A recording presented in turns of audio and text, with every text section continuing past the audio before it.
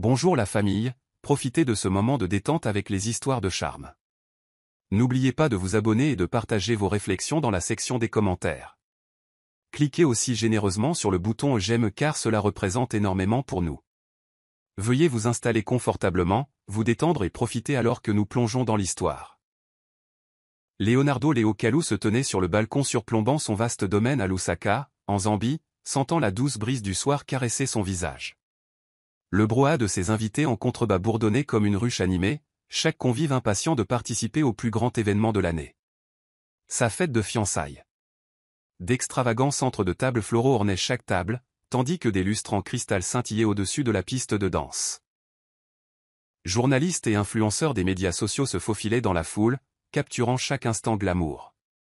Léo lissa sa veste de costume sur mesure et expira. Il avait parcouru un long chemin depuis l'époque où il n'était qu'un jeune rêveur débraillé, déterminé à échapper à la pauvreté. Maintenant, il était milliardaire, sur le point d'épouser Amara Dallon, l'actrice montante dont le visage illuminait les affiches de cinéma de Lusaka à Hollywood. Ce soir, c'était leur grande annonce. Les fiançailles officielles, scellées devant des centaines d'invités, de paparazzis et de caméras de streaming. C'était le genre de soirée dont les légendes sont faites. Il jeta un coup d'œil à son téléphone. Il y avait des messages de félicitations de collègues PDG, de politiciens et de célébrités. Il avait réussi à réunir une liste d'invités qui se lisait comme un « qui est qui » du monde des affaires et du divertissement africain. C'était tout ce qu'il avait toujours voulu. Richesse, célébrité et pouvoir. Bientôt, le maître de cérémonie annonça son nom dans les haut-parleurs, invitant la foule à tourner son attention vers le grand escalier drapé de guirlandes lumineuses.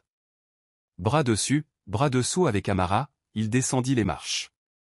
Sa robe constellée de cristaux scintillait à chaque mouvement, suscitant des exclamations d'admiration. Un silence tomba sur les invités. Léo sourit, affichant une confiance extérieure. Mais sous cette façade lisse, un malaise couvait.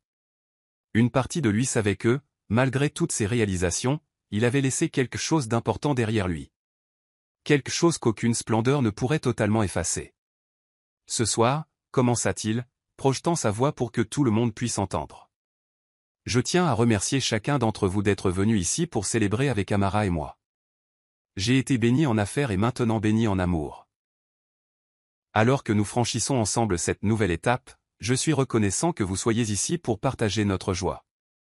La foule éclata en applaudissements. Amara rayonna et rejeta ses boucles sombres par-dessus son épaule. Elle regarda Léo avec ce qui semblait être une admiration sincère. Et pendant un instant, le malaise dans sa poitrine se relâcha. Il prit sa main et déposa un doux baiser sur le dos de celle-ci, provoquant une vague d'acclamations. Léo ne se doutait guère que cette fête, et le visage surprenant qu'il était sur le point de voir, allait défaire ses illusions d'une vie parfaite. Et tout commencerait lorsqu'une simple serveuse sortirait de la cuisine, équilibrant un plateau de boissons. Plus tard dans la soirée, après que les photographes eurent pris d'innombrables photos et que les invités se fussent amusés, Léo trouva un moment de calme près d'une des statues de marbre blanc dans la cour. Il prit une gorgée de son champagne, contemplant les bulles alors que des souvenirs remontaient des profondeurs de son esprit. Il se souvenait vivement de ses humbles débuts. Il n'était autrefois qu'un garçon dégingandé vendant des fruits au bord de la route. Il se rappela avoir vécu dans une pièce exiguë avec à peine assez d'espace pour le lit superposé branlant qu'il partageait avec son cousin. Leur mère les avait élevés avec un salaire d'enseignante. Jamais assez pour payer les meilleures écoles, encore moins des luxes fantaisistes. Mais Léo avait de grands rêves. Même à l'époque, il s'était promis qu'il ne resterait jamais pauvre. À peine âgé de 20 ans, il lança une petite entreprise technologique depuis le salon de sa mère. Avec un ordinateur portable emprunté, un Wi-Fi inégal et un cœur plein de conviction, il s'était battu pour se faire un nom. Et à ses côtés, durant ses jours les plus difficiles, se trouvait Zara Moile. Elle avait un an de plus discrète, mais si inébranlable dans sa croyance en lui que cela l'effrayait parfois. Zara, avec ses yeux bruns chauds et sa foi inébranlable, avait été plus qu'une petite amie. Elle était son ancre. C'était une autre vie, se dit Léo maintenant. Il chassa ce souvenir, se concentrant sur l'avenir, sur Amara, sur les contrats qu'il concluait à travers le continent, et sur les nouveaux projets philanthropiques qui portaient son nom. Mais plus il essayait de réprimer les pensées de Zara, plus elle semblait devenir forte. Il se souvint du jour où tout s'était terminé, comment, dans un élan d'ambition, il l'avait mise de côté pour poursuivre de plus grandes opportunités. Il avait choisi le succès plutôt que l'amour, ou du moins c'est ce dont il s'était convaincu. Ce soir, il était au sommet. Il avait capté l'attention de la nation, et bientôt il ferait partie d'un couple de célébrités puissants. Pourtant, quelque part dans les replis de son âme, le regret persistait.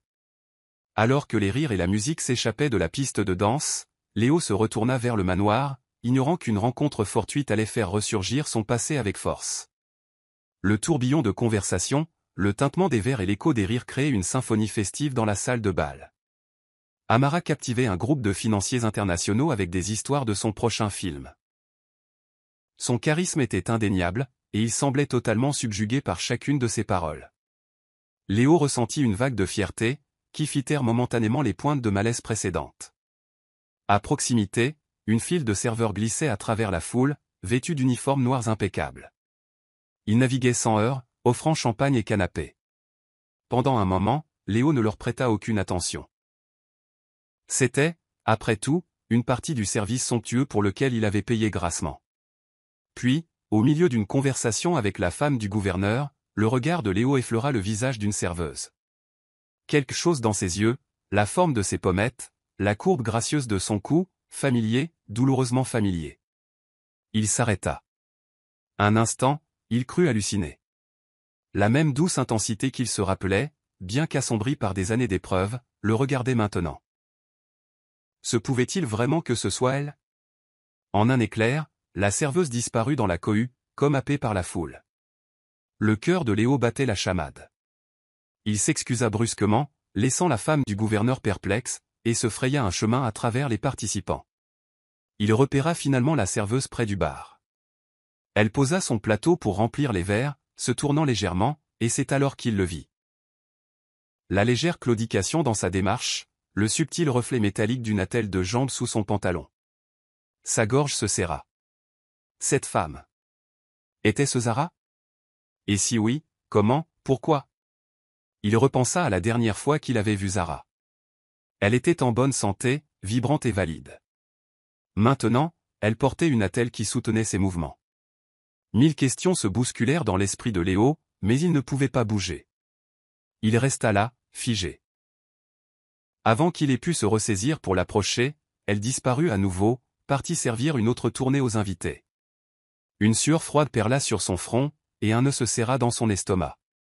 Le passé qu'il avait si désespérément tenté d'enterrer venait d'entrer dans sa parfaite fête de fiançailles, sans y être invité, et lui asséner un rappel brutal. Certaines choses ne restent jamais vraiment enfouies. Léo se sentit envahi d'un sentiment d'urgence inexplicable. Il balaya la foule du regard, mais les visages se confondaient tous. Il contourna les invités qui l'appelaient, n'offrant que des hochements de tête superficiels en retour. Quelque chose lui disait qu'il devait confirmer que c'était Zara, bien qu'il le sût déjà au fond de son cœur. Il finit par l'apercevoir de l'autre côté de la pièce, près de l'immense sculpture de glace en forme de phénix, symbole ostentatoire de sa propre renaissance de la pauvreté à la richesse. Son visage était partiellement caché alors qu'elle tendait une coupe de champagne à un groupe de femmes qui comméraient sur les choix de mode spectaculaires de la soirée. Son cœur battait plus fort, comme un tambour résonnant dans une chambre. Il se força à se rapprocher, chaque pas lourd d'appréhension. Ses chaussures en cuir coûteuses claquaient contre le sol en marbre poli, le son étrangement amplifié dans son esprit. Enfin, il se tint à quelques mètres d'elle. Zara se tourna, et leurs regards se croisèrent. Instantanément, le temps sembla ralentir. Il n'était plus à sa fête de fiançailles. Il était redevenu un jeune homme, regardant dans les yeux de la femme qu'il avait autrefois aimée si férocement. Elle paraissait plus petite, en quelque sorte, plus fragile. Pourtant, il y avait une dignité tranquille dans sa posture. Ses yeux s'écarquillèrent. La reconnaissance se peignit sur son visage, suivie d'une cascade d'émotions. Choc, douleur, peur, et quelque chose d'autre qui frisait le défi. Elle détourna rapidement le regard, ses joues rougissant. Elle tenta de reculer, mais l'attelle de sa jambe s'accrocha, la faisant légèrement vaciller.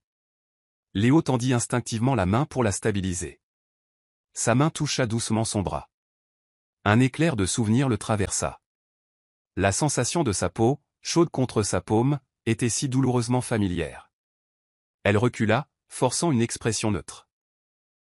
Mais sa voix, quand elle parla enfin, était chargée de tension. « Lâchez-moi, monsieur Kalou, murmura-t-elle, gardant les yeux baissés. Je ne suis qu'une serveuse ici. » La formalité lui fit l'effet d'une gifle. Il ouvrit la bouche pour parler, mais les mots lui manquèrent. Il ne réussit qu'à émettre un croassement. « Zara !» Elle leva les yeux une seconde angoissante, ses yeux bruns pleins de souvenirs douloureux. Puis, d'un bref mouvement de tête, elle se dégagea de son emprise et s'éloigna aussi vite qu'elle le put. Léo resta pétrifié sur place, sous le choc de la revoir, et sous le choc de la voir handicapée. Quelque part en arrière-plan, l'orchestre jouait une fanfare triomphale, et la foule rugissait de plaisir à quelques toasts comiques. Pourtant, Léo se tenait là, inconscient, aux prises avec le fantôme de la femme qu'il avait autrefois perdue, et la prise de conscience écrasante que sa vie avait pris un tournant radical sans lui. Bien des années auparavant, sur un banc en bois branlant dans un appartement miteux, Léo et Zara étaient assis côte à côte. L'unique ampoule du salon vacillait, menaçant de s'éteindre à tout moment. Tous deux étaient penchés sur une feuille de calcul sur son ordinateur portable d'occasion cabossé, analysant les maigres profits d'une jeune entreprise. « Léo », avait dit Zara, la voix douce mais encourageante, « ce ne sont que des difficultés initiales. Tu sais que ton produit est génial. Une fois que les gens accrocheront, ça va exploser. » Il ferma les yeux, frustré. « Nous sommes fauchés, Zara. Je suis en retard sur le loyer. Notre budget marketing est de 0. J'arrive à peine à garder les lumières allumées. » Elle posa une main réconfortante sur la sienne. « On va s'en sortir. Regarde, je peux prendre des services supplémentaires à la librairie. Ça nous aidera à tenir jusqu'à ce que tu trouves un autre investisseur. » Il l'avait regardée alors, ses yeux pleins d'espoir, son sourire chaleureux, et avait réalisé qu'elle croyait en lui plus qu'il ne croyait en lui-même. Ils n'avaient pas été un couple puissant, mais leur unité les rendait redoutables. Ensemble, ils étaient inarrêtables, ou du moins c'est ce qu'il avait pensé. Ils avaient passé d'innombrables nuits à réfléchir à de nouvelles fonctionnalités, à coder, à tester et à échouer ensemble.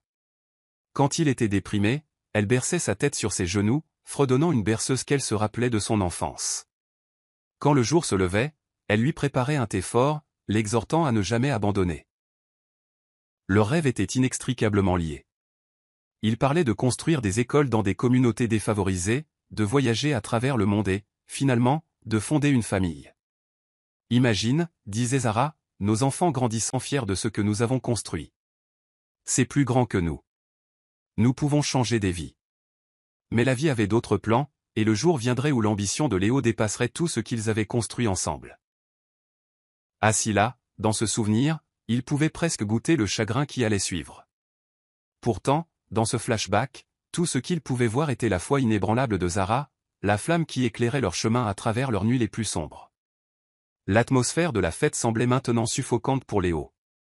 Les lumières aveuglantes, le brouhaha, les questions superficielles d'inconnus. Plus rien ne semblait réel. Son esprit était retourné dans le passé, se remémorant le jour où Zara était partie. Il venait de décrocher un investissement majeur d'un conglomérat technologique étranger. C'était tout ce qu'il avait toujours voulu. Une opportunité de développer son entreprise à l'international. Mais l'accord comportait des conditions. Notamment qu'il déménage en Europe pour développer le produit sous l'œil vigilant des investisseurs. Quand il l'avait annoncé à Zara, s'attendant à ce qu'elle soit ravie, sa réaction l'avait pris au dépourvu. « Tu pars » avait-elle demandé, debout près de la fenêtre de leur appartement. « Ce n'est pas permanent » avait-il insisté en faisant une valise. « Mais je dois y aller. C'est la chance que nous attendions. » Elle avait voulu l'accompagner, mais l'accord des investisseurs spécifiait Léo seul.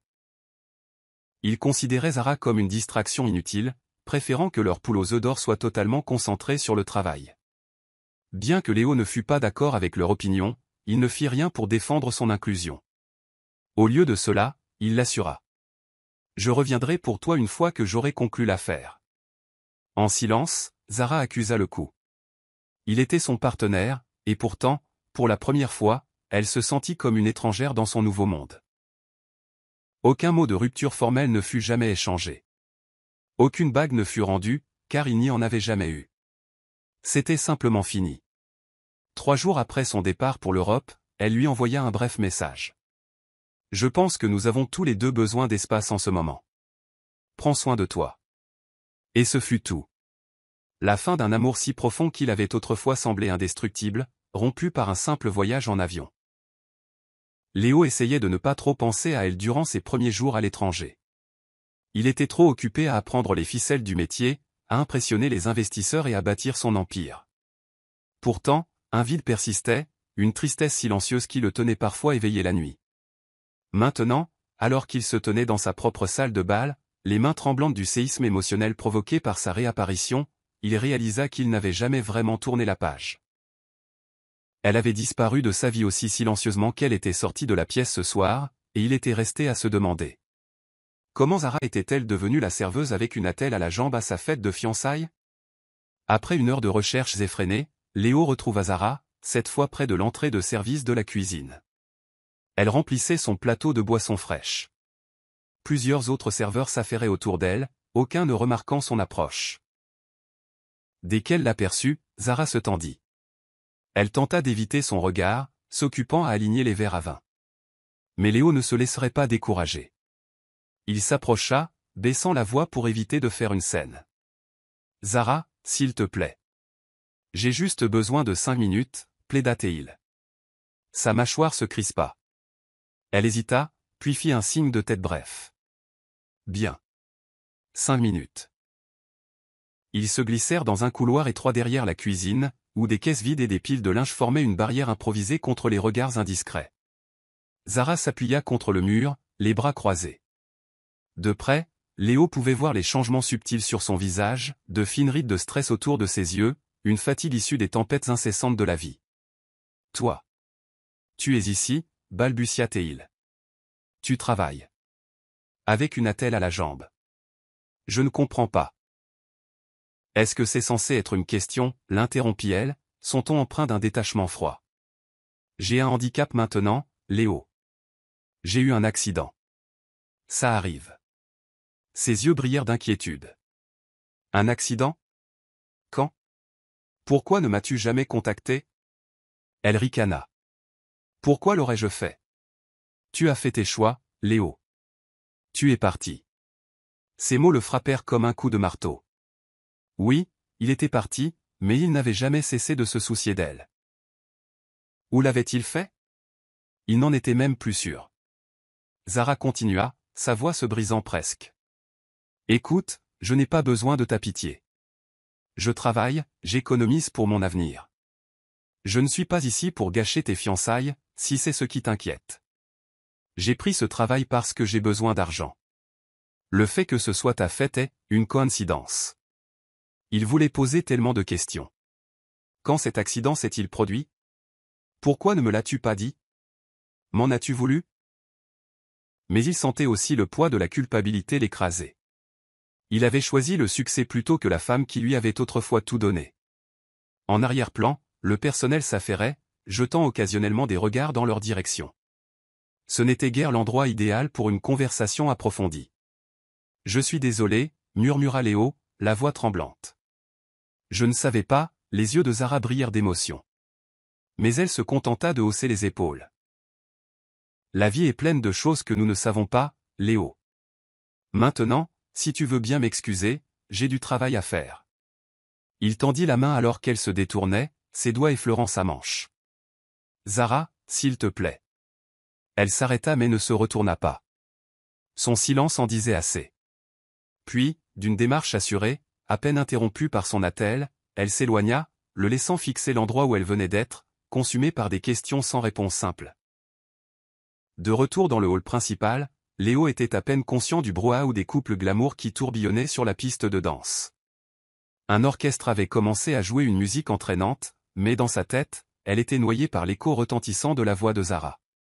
Il se glissa à l'extérieur dans le jardin, trouvant refuge parmi les haies taillées et les allées éclairées par des lanternes. Le ciel nocturne scintillait au-dessus, un contraste saisissant avec le tumulte en lui. Il s'affaissa sur un banc de pierre, desserrant sa cravate comme si l'air même autour de lui l'étouffait. Il laissa son esprit s'emballer. Il se souvint des appels téléphoniques auxquels il n'avait pas répondu au premier jour de son déménagement. Il se rappela les messages textes qu'il n'avait jamais retournés. À l'époque, il se disait que tout cela servait à construire une vie meilleure. Mais maintenant, il se demandait si ce n'était pas simplement de la lâcheté, une peur d'admettre qu'il avait laissé derrière lui quelqu'un de précieux. La culpabilité le rongeait. L'image de Zara, debout là, en uniforme, portant des boissons à ses invités de marque, ne cessait de repasser dans son esprit. Elle n'avait jamais été destinée à cette vie. Elle était brillante, compatissante, destinée à bien plus qu'à servir lors des fêtes des riches. Et son attelle de jambes. Il ne supportait pas d'imaginer la douleur et le défi de vivre avec une telle blessure. Il se souvint de son message téléphonique après son départ, le court texto lui disant qu'ils avaient besoin d'espace. À l'époque, il l'avait bien accueilli, trop pris par la création de son empire. Maintenant, il réalisait à quel point il avait été aveugle. Peut-être avait-elle essayé de le joindre. Peut-être avait-elle besoin d'aide mais pensait-il qu'il s'en ficherait. Des pas s'approchèrent. Il leva les yeux et vit Amara, sa robe perlée balayant l'herbe. « Léo, dit-elle doucement. Ça va ? Tu es parti en plein milieu de tout. » Il força un sourire, une tentative de la protéger de la tempête dans sa poitrine. « Ça va. Juste submergé. La fête est, beaucoup. » L'expression d'Amara était teintée d'inquiétude. Elle s'assit à côté de lui, entrelaçant ses doigts avec les siens. « Tu peux me dire si quelque chose ne va pas, dit-elle. Je suis ta fiancée maintenant. » Il hésita, se demandant s'il devait tout révéler. Mais il se sentit réticent. Zara faisait partie intégrante et profondément personnelle de son passé, et il n'était pas prêt à partager ses souvenirs avec Amara.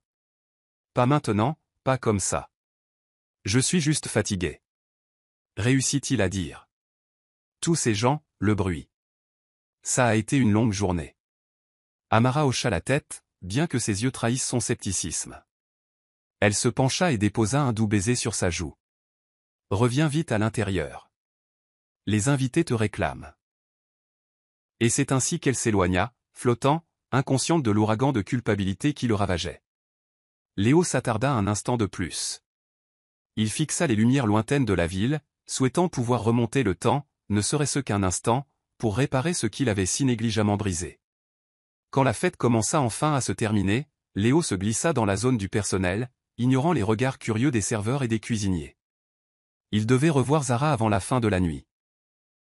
Il la trouva dans un couloir étroit bordé d'étagères métalliques, où elle pliait des nappes. Elle leva les yeux, surprise. « Léo. » Il déglutit difficilement, remarquant son expression lasse.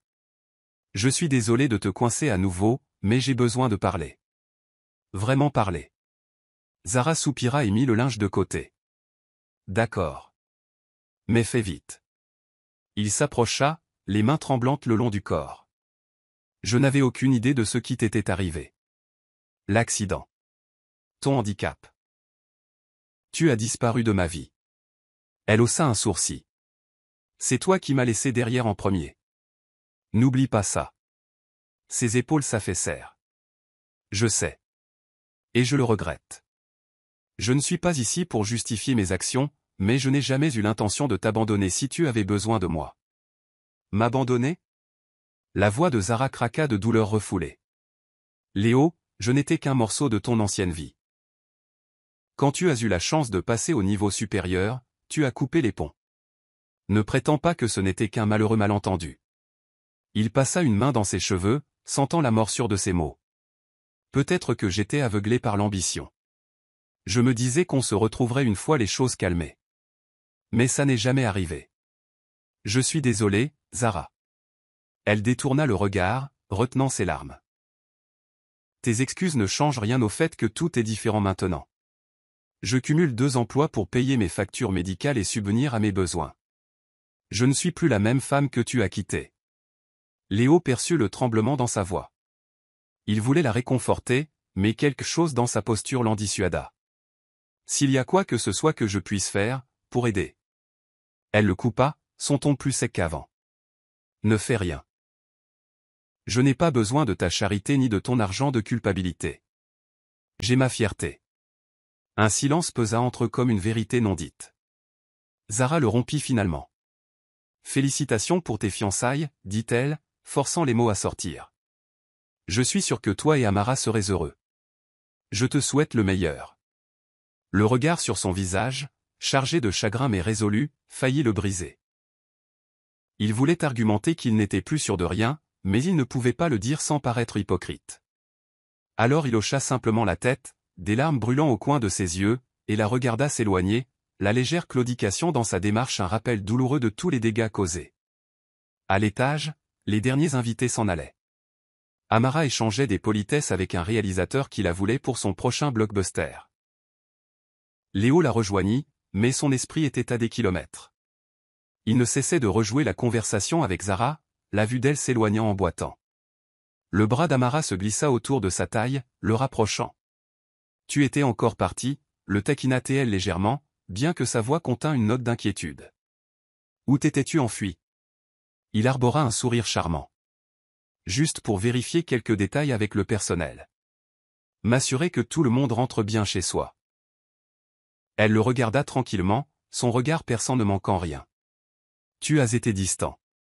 Depuis que tu as vu cette serveuse, Zara, je crois que c'est son nom. » Léo se figea. Amara avait-elle remarqué le moment de reconnaissance? « Zara?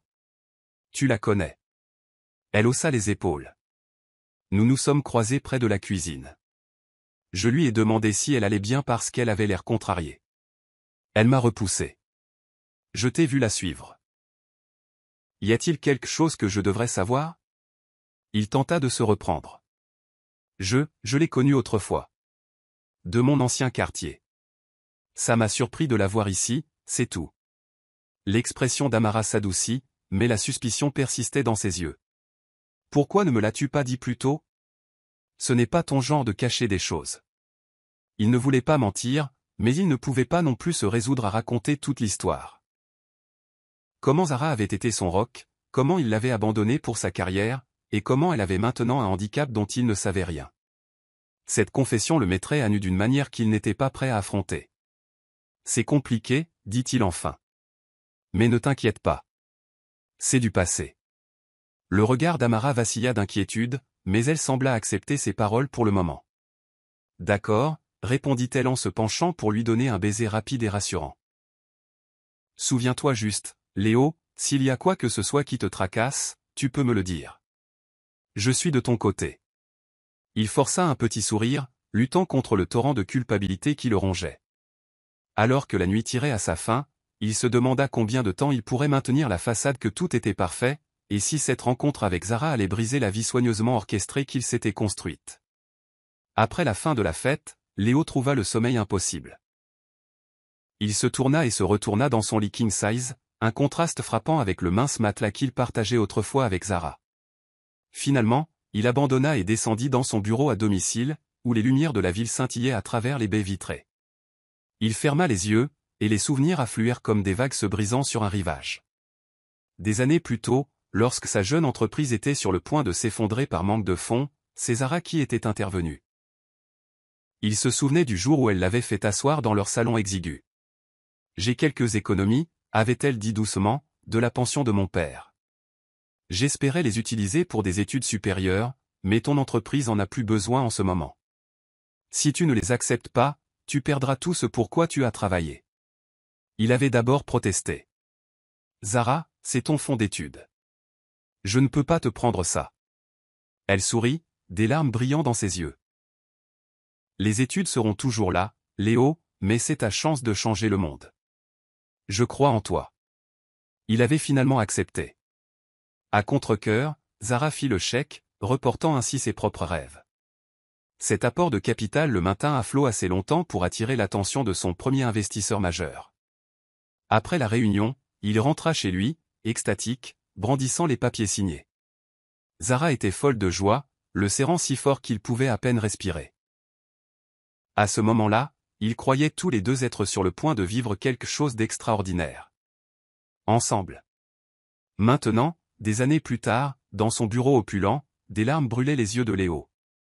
Il réalisa qu'il n'avait jamais pleinement reconnu le sacrifice de Zara. Elle l'avait choisi au détriment de son propre avenir, et il l'avait remerciée en la laissant derrière. La profondeur de cette trahison le frappa, le remplissant d'une douleur qu'il ne pouvait apaiser.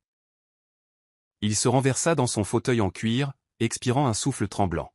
« Zara, murmura-t-il à la pièce silencieuse. Je suis tellement désolé, mais son remords n'avait pas d'auditoire, et la ville au-delà des fenêtres n'offrait aucun réconfort.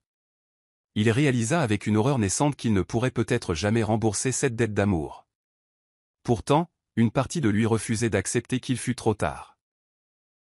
La lumière du matin filtrait à travers la vitre, baignant le bureau de Léo d'une douce lueur dorée. Il était toujours éveillé, l'esprit en ébullition. Il fixait son téléphone, tiraillé entre appeler Zara ou la laisser s'échapper à nouveau. Pendant ce temps, Amara dormait toujours à l'étage, inconsciente de son trouble. Il rassembla enfin le courage de taper un texto. « Zara, je sais que je ne mérite pas une autre chance, mais s'il te plaît, j'ai besoin de parler. Laisse-moi t'aider si je peux. Je te dois bien ça. » Il hésita au-dessus du bouton d'envoi, le cœur battant. D'un léger tremblement, il appuya sur « Envoyer ». Posant le téléphone, il tenta de se concentrer sur une nouvelle proposition commerciale, mais son regard revenait sans cesse, attendant une réponse. Les minutes s'égrenèrent. Rien ne vint. Il se dit qu'elle dormait peut-être encore, ou qu'elle l'ignorait complètement. L'incertitude le rongeait. Au moment où Amara le trouva, il s'était assoupi à son bureau, le téléphone serré dans sa main. Elle posa une main douce sur son épaule, le réveillant. « Léo ? As-tu dormi ici ?» Il se réveilla en sursaut, les yeux embrumés. « Oui, j'avais du travail qui me préoccupait. » Elle écarta une mèche de cheveux rebelles de son front, l'étudiant avec inquiétude. « Es-tu sûr que ça va ? Tu as l'air épuisé. » Il hésita. Un autre mensonge dansait sur sa langue, mais il l'avala. Il n'était pas prêt à exposer le désordre émotionnel dans lequel il se trouvait. Juste beaucoup de choses en tête. Les nouvelles fusions, le prochain gala de charité, comme d'habitude. « Ne t'inquiète pas, » elle hocha la tête, forçant un sourire. « D'accord. Je suis là si tu as besoin de moi. Au fait, l'organisatrice de mariage veut nous rencontrer cet après-midi pour finaliser les détails. » La mention de leur mariage lui serra la poitrine. Il réussit à hocher la tête. « Bien sûr. Faisons-le. » Mais alors qu'il suivait Amara hors du bureau, il ne pouvait se défaire du sentiment que sa vie était un. Et à chaque pas qu'il faisait vers un avenir avec Amara, le gouffre entre lui et le passé non résolu devenait plus périlleux. Plus tard dans la journée, Léo reçut un appel d'un numéro inconnu. Il faillit ne pas répondre, mais une intuition lui dit que ce pourrait être Zara. Le cœur battant, il accepta l'appel et pressa rapidement le téléphone contre son oreille. « Allô ?» Une pause. Puis, une voix familière. « Léo. » C'est Zara. Il laissa échapper un souffle qu'il n'avait pas réalisé qu'il retenait. « Merci d'avoir appelé. Je. Retrouve-moi au Camus à la café sur Kero Road. J'ai une pause à 16 heures. » Il cligna des yeux, surpris. « Oui, bien sûr. J'y serai. » À 16 heures, Léo prit place à une petite table d'angle au Camus à la café. L'odeur des grains de café moulu et des pâtisseries était envahissante, un contraste frappant avec les salles dorées auxquelles il était habitué. Zara entra, vêtue d'un simple chemisier et d'un pantalon, son attelle de jambes à peine visible. Elle s'installa en face de lui, son attitude réservée. « Merci de me rencontrer », commença-t-il doucement. Elle fit un signe de tête raide. « Je ne suis pas sûr de savoir pourquoi je suis ici.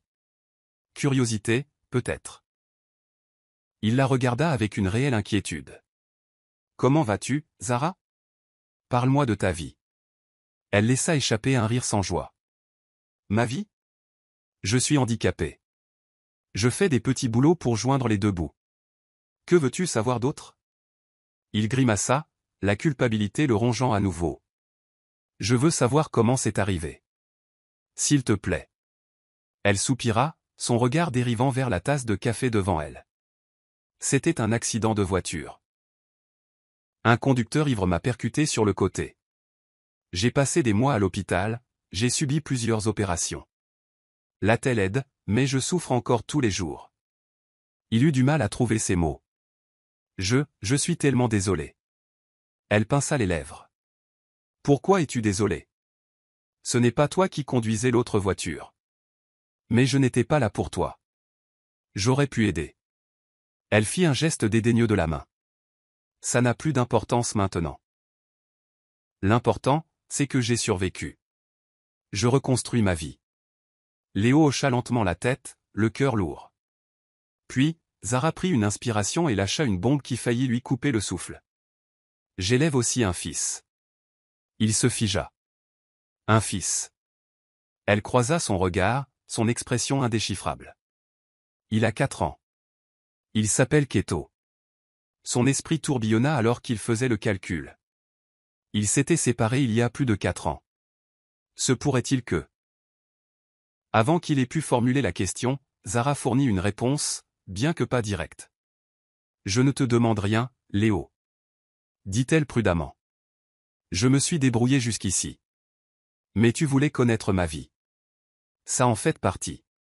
Elle se leva brusquement, repoussant sa chaise. Je dois y aller. Je suis en retard pour mon service. Il attrapa son bras, mais elle se dégagea. S'il te plaît, Zara, attends. Est-ce qu'il est? Je t'en dirai plus quand je serai prête. Dit-elle, la voix étranglée par l'émotion. D'ici là, laisse-nous tranquilles. Sur ce, elle se tourna et sortit du café, laissant Léo tremblant sur sa chaise, la prise de conscience s'abattant sur lui comme un raz-de-marée. Zara a un enfant.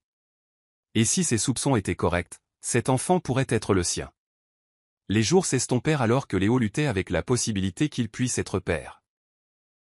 Il était en train de finaliser des contrats, de planifier les détails du mariage et de sourire aux appareils photo, tout cela pendant que cette question le rongeait. Finalement, l'incertitude devint trop forte. Il devait savoir avec certitude. Il rassembla le courage d'envoyer un nouveau texto à Zara.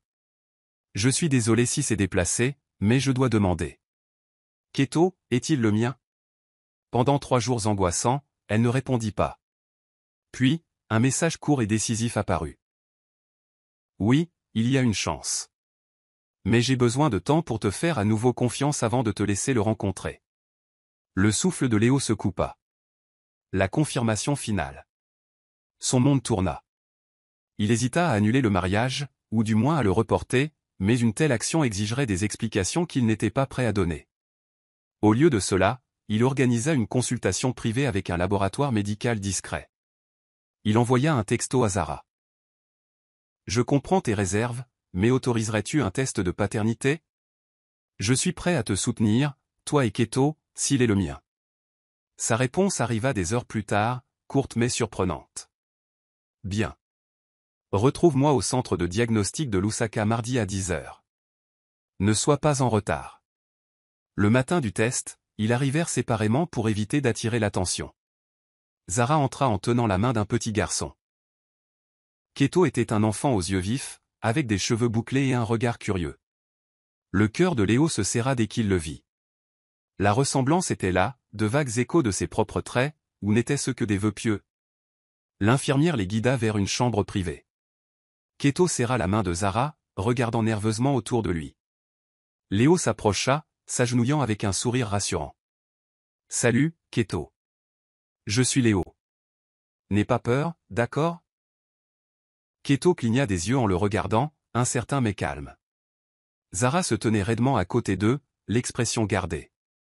L'infirmière effectua un rapide prélèvement buccal sur Keto et Léo, puis recueillit leurs signatures sur des formulaires. Pendant tout ce temps, la tension emplissait la pièce. Quand ce fut terminé, Zara prit Keto dans ses bras et partit sans un mot, laissant Léo avec un mélange d'espoir, de peur et d'une responsabilité écrasante. Il sortit du centre de test pour trouver le visage d'Amara sur un panneau d'affichage de l'autre côté de la rue, faisant la publicité de son nouveau film. Le contraste entre l'image glamour de sa fiancée et la réalité brute qu'il venait de vivre était discordant. Une voix dans sa tête murmura, « Qu'est-ce que tu fais, Léo? Tu es sur le point d'épouser une autre femme alors que tu as peut-être un fils secret. » Pourtant, il ne pouvait pas remonter le temps. Tout ce qu'il pouvait faire était d'attendre les résultats qui changeraient son avenir pour toujours. 2 semaines de tourments passèrent. Léo s'occupa des préparatifs du mariage, souriant pour d'innombrables séances photos avec Amara, et répondant aux questions des journalistes sur leur romance de contes de fées. Mais chaque nuit, il se retrouvait à fixer son téléphone, priant pour l'appel du laboratoire. Finalement, un mercredi après-midi, son téléphone vibra. Un frisson lui parcourut l'échine. Il s'excusa d'une réunion avec des investisseurs et répondit d'une voix étouffée. Monsieur Kalu, ici le centre de diagnostic de Lusaka. Vos résultats de test sont arrivés. Il ferma les yeux, expirant. Allez-y, la voix à l'autre bout du fil était clinique mais polie. Monsieur, d'après les échantillons d'ADN, il y a une probabilité de 99,9% que vous soyez le père biologique de Keto Moelle. Un instant, il ne put parler. Son monde bascula. Merci. Réussit-il finalement à dire, et mit fin à l'appel. Il s'affaissa dans son fauteuil de bureau, les mains tremblantes. Il était père. Un père qui avait été absent pendant 4 ans de la vie de son enfant. Alors que les ramifications s'imposaient à lui, il ressentit à la fois une vague de joie, j'ai un fils, et une vague d'effroi, j'ai tout manqué, et je suis sur le point d'épouser quelqu'un d'autre. À peine 5 minutes s'écoulèrent avant que son téléphone ne vibre à nouveau. Un autre texto de Zara. J'ai eu les résultats. Maintenant tu connais la vérité. Je ne veux pas que tu débarques dans la vie de Keto sans mûre réflexion. Si tu es sérieux à son sujet, nous devons parler de la manière de procéder. L'énormité de tout cela le frappa. Il fixa la photo encadrée sur son bureau, un cliché publicitaire de lui et Amara, souriant sous les projecteurs. Soudain, cela lui parut creux. Il était fiancé à une femme qui ne savait pas qu'il était maintenant empêtré dans une réalité plus compliquée que n'importe quel scénario ne pourrait le décrire. Ce soir-là, Léo se retrouva à faire les 100 pas dans son appartement Penthouse. Des baies vitrées dévoilaient la ligne d'horizon de la ville, mais tout ce qu'il voyait était le tourbillon de chaos dans sa vie. Il composa le numéro de Zara. Le cœur battant. Léo. Elle répondit doucement. Zara, je dois être dans la vie de Keto. Je suis son père. Elle soupira. Je sais. Mais ce n'est pas aussi simple que d'intervenir avec ton argent ou tes grandes promesses. Il pressa sa main libre contre son front. Je comprends. Et je ferai tout ce qu'il faut pour prouver que je suis engagé envers lui, et envers toi, si tu me le permets. Un silence persista. Puis sa voix devint froide. Tu oublies un détail. Tu es fiancé. Ne parle pas de nous. Cette porte s'est refermée il y a longtemps. Il déglutit difficilement. Mes sentiments? Tes sentiments? Léo, penses-tu vraiment que tu peux passer de la construction d'une vie avec une autre femme à la reconstruction soudaine des choses avec moi? Je ne serai pas ton plan de secours. Son cœur se tordit à ces mots. Il n'avait aucun droit d'exiger quoi que ce soit d'elle. Elle avait vécu des années de difficultés seule. Maintenant, il se tenait au bord d'une nouvelle famille avec Amara, même si son cœur le ramenait vers Zara et Keto. Je suis désolé, murmura-t-il. Je voulais juste.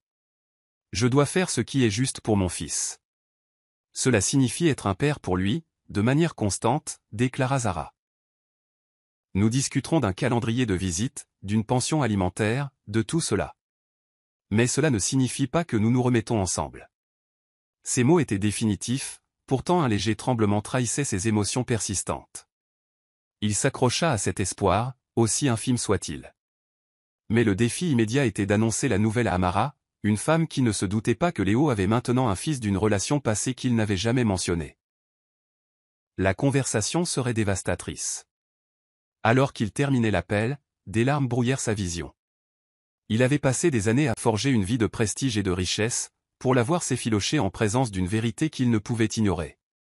L'amour avait pris un tournant brutal, et chaque choix qu'il faisait maintenant menaçait de le déchirer. Quelques jours plus tard, des rumeurs commencèrent à circuler sur les réseaux sociaux. Un petit blog avait déniché une information sur Zara et son prétendu fils avec Léo. Peut-être qu'un membre du personnel qui les avait vus au centre de diagnostic ou qui avait reconnu Zara à la fête de fiançailles avait divulgué l'histoire.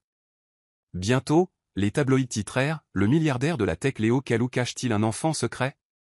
En peu de temps, les grands médias s'emparèrent du scandale. Les demandes d'interviews affluèrent de la part d'émissions de talk-shows et de sites d'information en ligne. L'attaché de presse de Léo envoya des emails frénétiques exigeant des rétractations, mais l'histoire se répandit comme une traînée de poudre. Les investisseurs commencèrent à appeler, préoccupés par l'impact sur la réputation de Léo. Amara découvrit la nouvelle lorsqu'un ami lui envoya un lien vers une chronique à potins.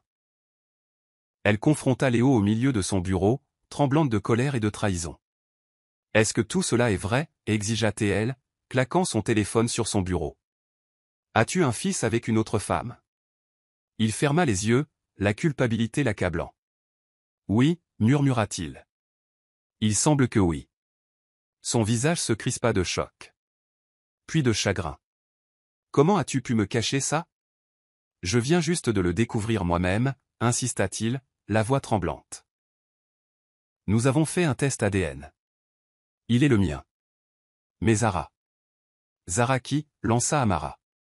As-tu encore des sentiments pour elle? Il hésita, et dans ce moment de silence, 1000 réponses se bousculèrent pour sortir. Il savait que la vérité ferait mal, mais mentir serait encore pire. C'était ma petite amie avant que je ne parte à l'étranger pour lancer mon entreprise. Nous avons perdu contact. Maintenant elle est de retour. Et c'est la mère de mon enfant. Les yeux d'Amara se remplirent de larmes. Tu m'as humilié, murmura-t-elle. Je suis ta fiancée, et le monde entier l'a appris avant moi. Léo tendit la main vers elle, mais elle la retira. Je suis tellement désolé, réussit-il à dire. Je n'ai jamais voulu que cela arrive. Je ne l'ai découvert qu'après les fiançailles. Tu dois me croire. Elle secoua la tête, reculant. Je ne sais plus quoi croire. Les médias sont en délire, et je suis au milieu d'un scandale auquel je n'ai pas participé. Ce n'est pas juste. La conversation se termina avec Amara sortant en trombe, laissant Léo derrière, noyé dans un tourbillon de conséquences. Le monde de l'entreprise était également perturbé. Les clients exigeaient des explications, et les ragots éclipsaient ses réalisations. Il sentit l'étau du jugement se resserrer, chaque respiration plus difficile que la précédente. Zara n'avait jamais eu l'intention de rendre public son passé avec Léo. Mais un journaliste la retrouva à son deuxième emploi dans une boulangerie, la cernant de questions indiscrètes. Au début, elle refusa de commenter. Cependant, un extrait vidéo apparut en ligne la montrant harcelée par le journaliste. En quelques heures, la sympathie déferla pour cette mère célibataire aux prises avec un handicap, propulsée sous les feux de la rampe par la célébrité de son ex-milliardaire. Bientôt, le hashtag soutien Zara devint tendance sur les réseaux sociaux. Les gens admiraient sa résilience, la louant pour avoir cumulé 2 emplois malgré son handicap, élevé seul un enfant et refusé de céder sous la pression implacable des médias. La boîte de réception de Zara déborda de messages, certains haineux, mais beaucoup offrant leur soutien. Elle se retrouva invitée à une émission de talk-show populaire de jour animée par une présentatrice sympathique connue pour défendre les droits des femmes. Se sentant acculée par l'attention, Zara décida que la meilleure solution était de raconter sa version de l'histoire dans un environnement juste et contrôlé. À contre-cœur, elle accepta de paraître.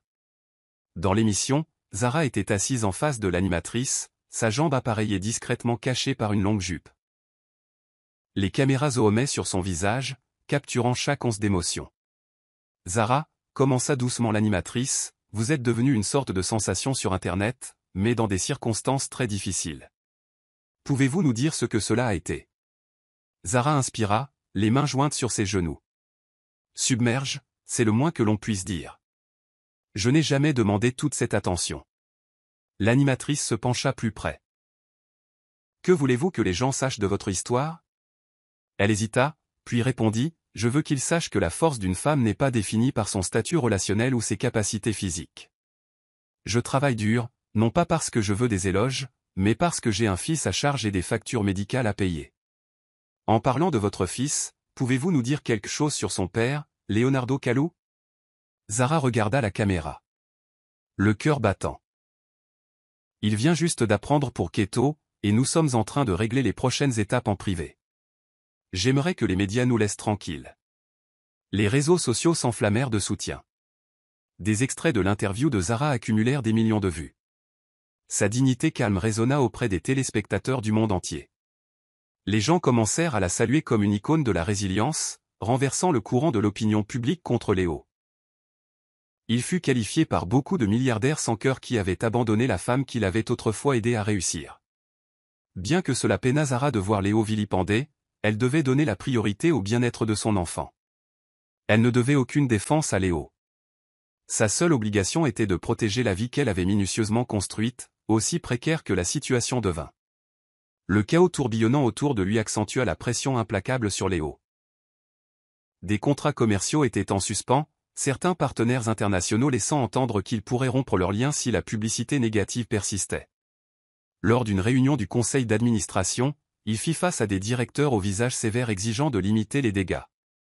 Pendant ce temps, sa vie personnelle était en lambeaux. Amara lui parlait à peine, même si les paparazzis continuaient de les harceler pour une réaction.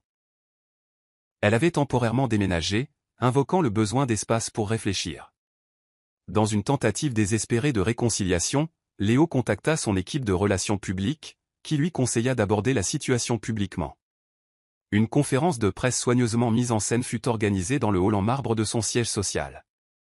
Les équipes de tournage s'installèrent tandis que les journalistes se bousculaient pour obtenir la meilleure place. Léo monta sur le podium, se raclant la gorge. Un silence s'installa. « Merci d'être venu », commença-t-il, sa voix résonnant dans l'atrium de verre et d'acier. « J'aimerais aborder les rumeurs et les vérités qui circulent sur ma vie personnelle. D'abord, je tiens à confirmer que Keto Moile est mon fils. Il est né de Zara Moile, une femme de mon passé avec qui j'ai partagé une relation profonde et significative. » Un murmure parcourut la foule. Les flashs crépitèrent. Il continua. « Je n'ai appris que récemment l'existence de Keto et je travaille à construire une relation avec lui. J'assume l'entière responsabilité de toute douleur ou difficulté que cette situation a pu causer. Je tiens également à m'excuser publiquement auprès de Zara, qui a sacrifié ses propres rêves pour me soutenir au début de ma carrière. Je n'ai pas su l'apprécier à l'époque, et je regrette les choix qui ont conduit à ces difficultés. » Des larmes brouillèrent sa vision, mais il les ravala. « À l'avenir, je prévois de remplir mes devoirs de père, tant sur le plan financier qu'émotionnel, et de faire tout mon possible pour soutenir Keto et Zara. Je demande le respect de notre vie privée à tous pendant que nous naviguons à travers ces changements. » La conférence se termina par une rafale de questions, dont la plupart Léo refusa de répondre, invoquant la nature personnelle du sujet. Le soir même, des extraits de son discours émouvant étaient diffusés sur toutes les chaînes d'information. La réaction du public fut partagée, certains le félicitèrent d'avoir assumé ses responsabilités, d'autres rejetèrent cela comme une manœuvre cynique de relations publiques. Zara regarda la conférence de presse seule dans son modeste appartement. Un mélange de soulagement et de conflit se livrait bataille dans son cœur. Elle appréciait sa reconnaissance publique, mais se demandait si ce n'était pas trop peu, trop tard. Pourtant, une lueur d'espoir persistait, la possibilité que, peut-être, la rédemption fût possible après tout. Dans les jours qui suivirent, Léo fut aux prises avec un choix impossible. Amara lui lança un ultimatum solennel, choisir leur fiançailles, ou s'éloigner pour gérer son passé compliqué. Les mots le blessèrent profondément, bien qu'il comprît son point de vue. Elle voulait une ardoise vierge, un mariage de conte de fées, pas un cirque médiatique éclipsé par son ex et un fils nouvellement révélé. Pourtant, chaque fibre de l'être de Léo lui disait qu'il ne pouvait ignorer Keto ou le rôle de Zara dans sa vie. Il se sentait ramené à l'origine de son succès, à la femme qui avait cru en lui dès le premier jour. Il ne pouvait oublier la façon dont les yeux de Zara brillaient d'inquiétude pour lui, même alors qu'elle essayait de garder ses distances. Lors d'un dîner tendu avec Amara, il avoua finalement. « Je ne peux pas t'épouser dans ces circonstances. Keto est mon fils, et Zara, elle est. Elle est plus qu'une simple ex. Je leur dois de réparer ça. » L'expression d'Amara se crispa de chagrin et de colère. Elle jeta sa serviette sur la table. « Tu fais la plus grosse erreur de ta vie, » cracha-t-elle. « Ton image précieuse va s'effondrer, et quand ce sera le cas, ne reviens pas en rampant. » Elle sortit en trombe, laissant Léo à la fois libéré et terrifié. À la veille de ce qui aurait dû être son jour de mariage, Léo prit une décision qui allait enflammer les réseaux sociaux. Il organisa un petit événement devant le centre communautaire où Zara faisait du bénévolat. Des sympathisants s'étaient rassemblés, des badauds curieux se joignirent, et un groupe local jouait une musique de fond douce. Zara arriva, convaincue par une invitation énigmatique de Léo. Tenant la main de Keto, elle se tenait au bord de la foule, incertaine. Soudain, Léo apparut sur une scène improvisée. Il tenait un microphone, son regard cherchant dans la foule jusqu'à ce qu'il trouve Zara. « J'ai une confession, » dit-il clairement, sa voix résonnant. « Pendant trop longtemps, j'ai vécu pour moi-même, poursuivant le succès et ignorant le cœur qui me guidait autrefois. Zara Moile, tu m'as façonné, sauvé et cru en moi. Et Keto ? Il est notre fils. » Je ne peux pas réparer le passé, mais je peux choisir notre avenir. Il fouilla dans sa poche, en sortant une petite boîte. Les gens retinrent leur souffle. Les yeux de Zara s'écarquillèrent. Zara Moile, continua-t-il, descendant de la scène et marchant vers elle. Je ne te demande pas d'oublier le passé ou les torts que je t'ai causés. Je demande le privilège de mériter ton pardon, d'être le père que Keto mérite, et le partenaire que tu espérais autrefois que je serais. Il s'agenouilla, ouvrant les crins, un diamant modeste, rayonnant sous le ciel du soir. Des exclamations et des acclamations éclatèrent. Les appareils photo crépitèrent. Zara se tenait figée, des larmes coulant sur ses joues. « Veux-tu m'épouser » demanda Léo, la voix tremblante. « Je promets de te chérir, toi et notre fils, et de consacrer ma vie à me racheter. » À cet instant, le monde entier sembla retenir son souffle, attendant la réponse de Zara. Zara fixait Léo. Son cœur battait si fort qu'il noyait les murmures excités des badauds. La dernière fois qu'il avait tenu une bague, ce n'était jamais pour elle. Maintenant, il était là, humblement agenouillé devant elle, reconnaissant ses torts. Ses yeux se posèrent sur Keto, qui regardait avec une admiration innocente. Puis elle croisa le regard de Léo. Au fond de ses yeux, elle vit un remords sincère, de l'espoir et de l'amour. « Oui » murmura-t-elle, la voix chevrotante. Puis plus fort. « Oui, Léo. » Une acclamation collective s'éleva. Léo glissa la bague à son doigt, des larmes brillant dans ses yeux. Il attira Zara dans une douce étreinte, puis s'agenouilla pour entourer Keto d'un bras. Tous les trois formèrent un cercle de membres tremblants et d'émotions brutes. Les appareils photo cliquèrent, capturant le moment qui allait bientôt inonder les réseaux sociaux et les médias. Pourtant, le vrai travail ne faisait que commencer. Tard cette nuit-là, après la dispersion de la foule, Zara et Léo étaient assis côte à côte dans son petit salon, Keto dormant profondément dans sa chambre. Des papiers encombraient la petite table basse, facture d'hôpital, rendez-vous de thérapie pour la rééducation continue de Zara, frais de scolarité de Keto. Léo prit doucement la main de Zara. « Laisse-moi aider » dit-il. « Laisse-moi m'occuper de ces factures. C'est le moins que je puisse faire. » Elle hésita, la fierté luttant contre le pragmatisme. Finalement, elle hocha la tête. « Nous établirons un plan. Je ne veux pas que tu jettes de l'argent sur tout. J'ai encore besoin de tenir sur mes propres jambes. » Il admira sa détermination. « Tout ce dont tu as besoin. Je veux faire partie de cette famille, correctement. » Zara s'appuya contre lui. L'épuisement gravé sur ses traits. « Cela ne signifie pas que nous sommes parfaits maintenant, » murmura-t-elle, la voix lasse. « Nous devons reconstruire la confiance. Ce ne sera pas facile. » Léo lui embrassa le sommet de la tête. « Je sais. Mais nous le ferons ensemble. » Dehors, les lumières de la ville illuminaient la nuit, reflétant l'espoir retrouvé dans leur cœur. Bien que la route à venir fût incertaine, la guérison avait commencé, et pour la première fois depuis des années, Léo ressentit un sentiment de paix que tous ces milliards n'auraient jamais pu lui procurer.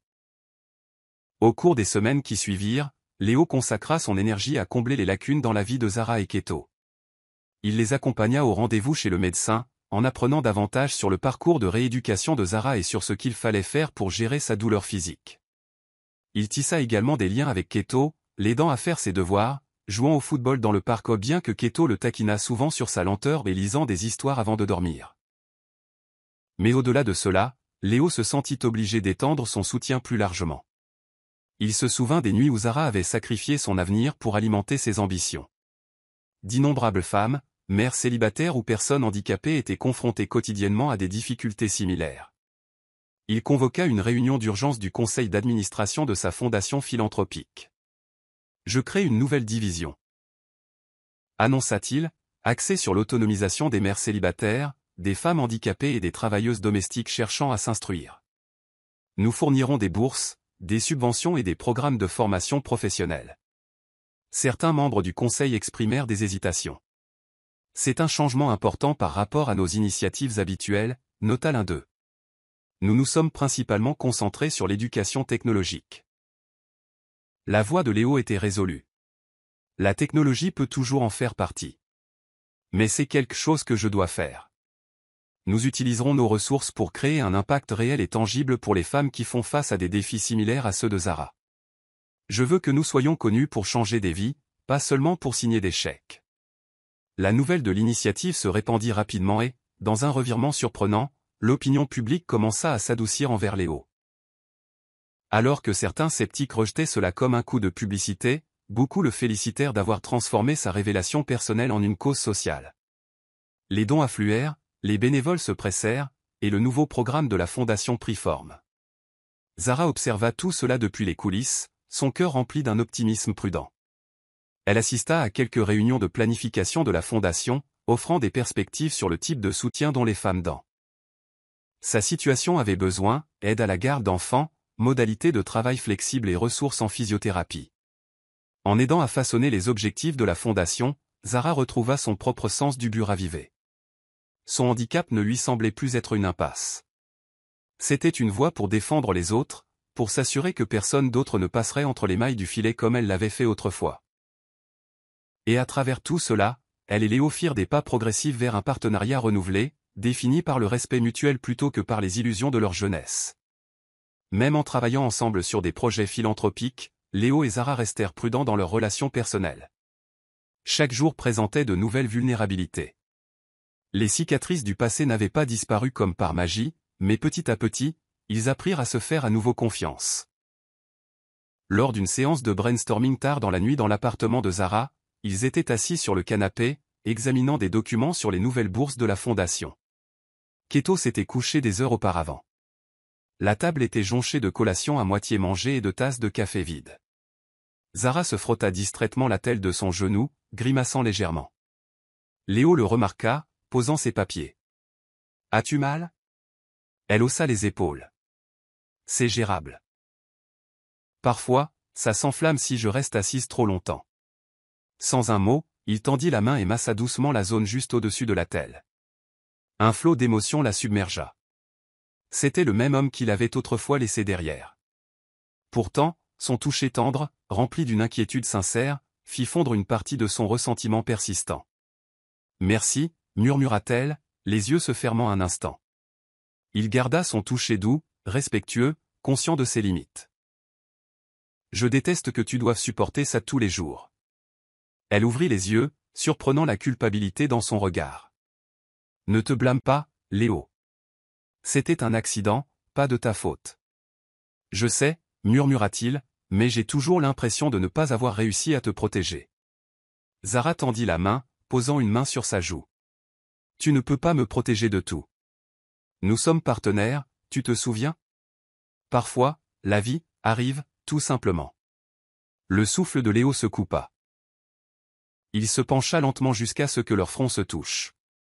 Quand il l'embrassa enfin, ce fut doucement, comme le début prudent de quelque chose de fragile mais d'incroyablement réel.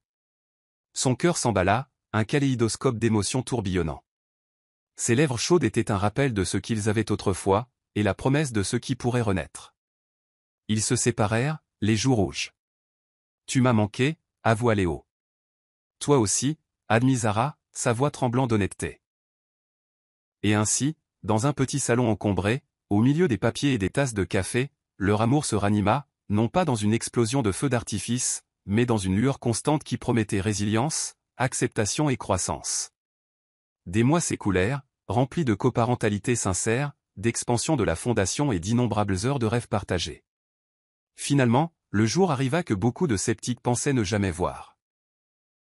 Zara et Léo se tenaient à l'entrée d'un lieu de réception magnifique dans un jardin, entourés d'amis proches, de familles et de sympathisants qui avaient été témoins de leur voyage tumultueux.